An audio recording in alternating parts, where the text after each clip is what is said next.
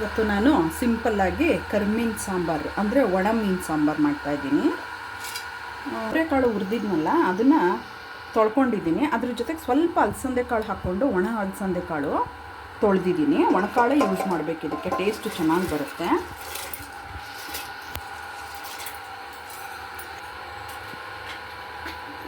ಇದಕ್ಕೆ ಈಗ 2 ದಪ್ಪದ ಈರುಳ್ಳಿ ಹಾಕ್ತಾಯಿದ್ದೀನಿ ಮತ್ತು 2 ಟೊಮೆಟೊ ಸಣ್ಣ ಸಣ್ಣದೇ 2 ಹಾಕಿದ್ದೀನಿ.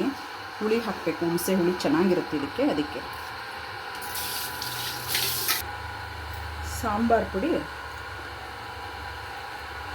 ಒಂದು 4 ಸ್ಪೂನ್ ಹಾಕ್ತೀನಿ ನಾನು, ಯಾಕೆಂದರೆ ಸ್ವಲ್ಪ ಖಾರ ಇದ್ದರೆ ಚೆನ್ನಾಗಿರುತ್ತೆ. ಈಗ ಇದನ್ನು ಒಂದು 4 ವಿಷಲ್ ಕೂಗಿಸ್ಕೊತೀನಿ. ಈಗ ಮೀನು ತೊಗೊಂಡಿದ್ದೀನಿ, ಒಣಮೀನು. ಅದನ್ನು ಚೆನ್ನಾಗಿ ಹುರ್ಕೋಬೇಕು ಗಮ್ಮನ್ನೋವರೆಗೂ. ಸಾಂಬಾರಿಗೆ ಒಗ್ಗರಣೆ ಹಾಕ್ತಾಯಿದ್ದೀನಿ.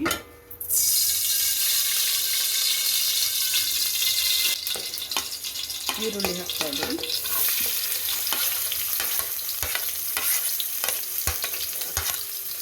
ಮತ್ತು ಮೆಣಸಿನ್ಕಾಯಿ,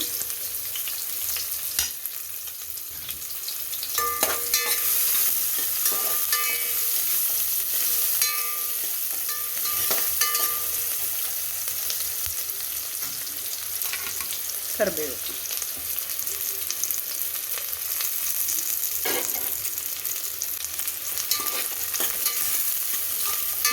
ಕುಕ್ಕರಿಂದ ಕಾಳು ಬೇಯಿಸ್ಕೊಂಡಿದ್ನಲ್ಲ, ಕಾಳು ಖಾರದ ಪುಡಿ ಎಲ್ಲ ಹಾಕಿ ಅದು ಈಗ ಹಾಕ್ತಾಯಿದ್ದೀನಿ.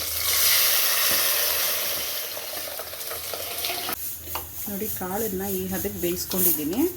ನಮ್ಮ ಮನೇಲಿ ಸ್ವಲ್ಪ ಕಾಳು ಜಾಸ್ತಿ ಬೇಯಿಸ್ತೀವಿ, ಇದ್ದರೆ ಹುಡುಗರು ತಿನ್ನಲ್ಲ. ನೀವು ನಿಮ್ಮ ಹದಕ್ಕೆ ನೋಡ್ಕೊಂಡು ಬೇಯಿಸ್ಕೊಳ್ಳಿ.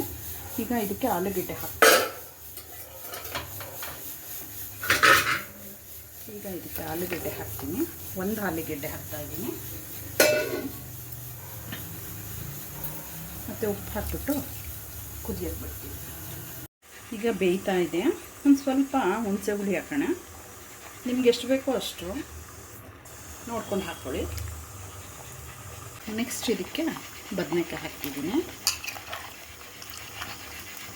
ನಾನು ಒಂದು 1/4 kg ಬದನೆಕಾಯಿ ಹಾಕ್ತಾಯಿದ್ದೀನಿ. ಬದನೆಕಾಯಿ ಹಾಕಿದ್ದೀನಿ. ನಿಮಗೆ ನೀರು ಎಷ್ಟು ಅದಕ್ಕೆ ಬೇಕಷ್ಟು ಮಿಕ್ಸ್ ಮಾಡ್ಕೊಳ್ಳಿ. ಮಿಕ್ಸ್ ಮಾಡಿಕೊಂಡು ಬೇಯ್ತಾ ಇರಲಿ. ನಾನು ಹುರ್ಕೊಂಡಿರೋ ಒಣಮೀನನ್ನು ಸ್ವಲ್ಪ ತೊಳ್ಕೊತೀನಿ. ಈಗ ಫ್ರೈ ಮಾಡಿದ್ವಲ್ಲ, ಉಟ್ಕೊಂಡಿದ್ವಲ್ಲ ಮೀನನ್ನು ಚೆನ್ನಾಗಿ ತೊಳೆದುಬಿಟ್ಟು ಇದಕ್ಕೆ ಹಾಕ್ತಾಯಿದ್ದೀನಿ. ಕ್ಲೀನಾಗಿ ತೊಳ್ಕೊಬೇಕು ಅದನ್ನು.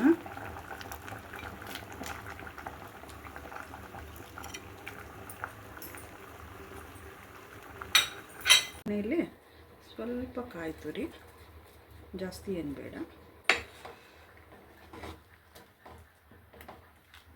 ಸ್ವಲ್ಪ ಹುಳಿ ಮುಂದೆ ಮಾಡ್ಕೊಳ್ಳಿ, ತುಂಬ ಚೆನ್ನಾಗಿರುತ್ತೆ ಹುಳಿಯಾಗಿ.